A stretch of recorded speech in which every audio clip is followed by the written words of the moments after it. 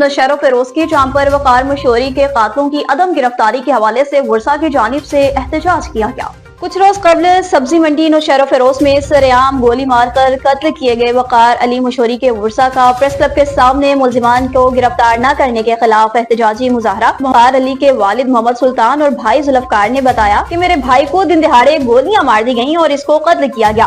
20 दिन गुजर गए मगर पुलिस कुछ नहीं कर रही, न ही तहकीकात कर रही है। दो मुलजिमान अब्दुल रज़ाक भट्टी और आसिफ भुट्टो जो सरेआम घूम फिर रहे हैं, पुलिस ने रिश्वत लेकर इनको गिरफ्तार ही नहीं किया। जो हमें सरेआम धमकियां दे रहे हैं कि तुम्हें मार देंगे, पुलिस इनको गिरफ्तार ही नहीं कर रही। IG सिंध, DIG शहीद बेनजीराबाद, वजीर कानून सिंध और वजीर आला और दीगर आला हुकाम से मुतालबा करते हैं कि फौरी तौर पर कातिलों को गिरफ्तार करके तहकीकात की जाए और मुलविस होने वालों को जाहिर किया जाए। बसूरत दीगर हम प्रेस क्लब के सामने अपने आप को और बच्चों के साथ जला लेंगे। जिम्मेदार कातिल और नौशेरा फिरोज की पुलिस होगी। पुलिस तो सा गड्ढा लेती, पुलिस नाई अज दी तारीख भी पुलिस गिरफ्तार न कया है। छो छा चले गरीब आयु तने न अदालत कन साजी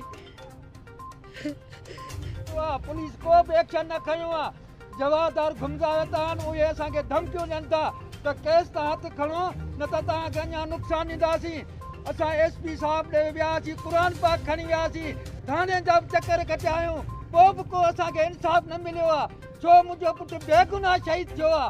मूंसां वॾी नाजाइज़ी आहे, का दुश्मनी न आहे, पुटु मुंहिंजो मारे वियो आहे। ऐं मूंखे अपील थो कयां मां सभिनीनि अदालतनि खे, SP साहब खे ऐं IG साहब खे, DI साहब खे, मंता साहब खे अपील थो कयां त मुंहिंजे पुट जो इंसाफ़ थिए। अञा ताईं को बि इंसाफ़ न थियो आहे। पुलिस को भी एक्शन नथी खणे। थाने जा चक्कर कटाए असांखे बेज़ार करे छॾियो अथनि। SP साहब ॾे असांजा ॿार बचा वञी क़ुरान पाक खणी विया आहिनि, उन जे बावजूद बि को एक्शन न मिलियो आहे। छो मूंसां नाजाइज़ी थी आहे? मूंसां इंसाफ़ कयो वञे, न त उहो ॿार खे बाहि ॾेई साड़ींदुसि, पंहिंजे पुट जे मथां क़ुर्बान थींदुसि। मूंसां न चाबी आहे, न दुश्मनी आहे, न कुझु आहे। बेगुनाह सरेआम पुटु मुंहिंजो मारे वियो आहे। को अदारो एक्शन नथो खणे। छो अहिड़ी नाइंसाफ़ी छो असां सां थी आहे? न त मां पाण खे पंहिंजे बचनि खे वठी हिते प्रेस क्लब जे अॻियां बाहि ॾेई साड़ींदुसि। जवाबदार खे गिरफ़्तार कान थी कनि। SHO नथो करे। आयो रियाज़ हुसैन कुरैशी वटि मां वियो आहियां, उन जवाबदार खे जांच न वरिती अथसि, उनखे चालान करे छॾियो वञासि त जांच वटि कीअं आयो, कीअं पुटु मुंहिंजो शहीद थियो। उहो चए त असां जांच कई आहे, पर उहो ॿुधाए नथो।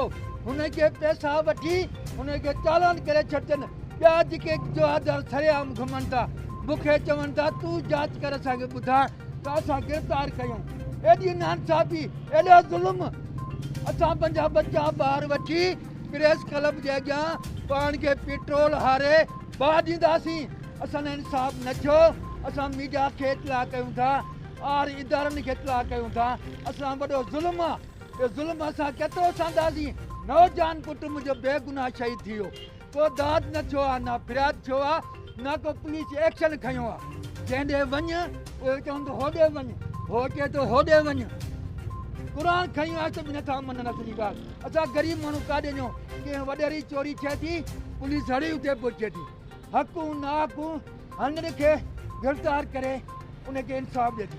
मुंहिंजो पुटु हेॾो शहीद थी वियो आहे, हुन को इंसाफ़ न आहे। मां पाण हाज़िर, मां पाण पुलिस में SI आहियां, जेल पुलिस में। मूंसां हेॾो ज़ुल्म छा, को इदारो मुंहिंजी मदद नथो करे। मूंसां ज़ुल्म थियो आहे, वॾो मुंहिंजो पुटु मारे वियो आहे, बेगुनाह मारे वियो आहे। न दुश्मनी आहे, न का मसइलो आहे, न का ॻाल्हि आहे।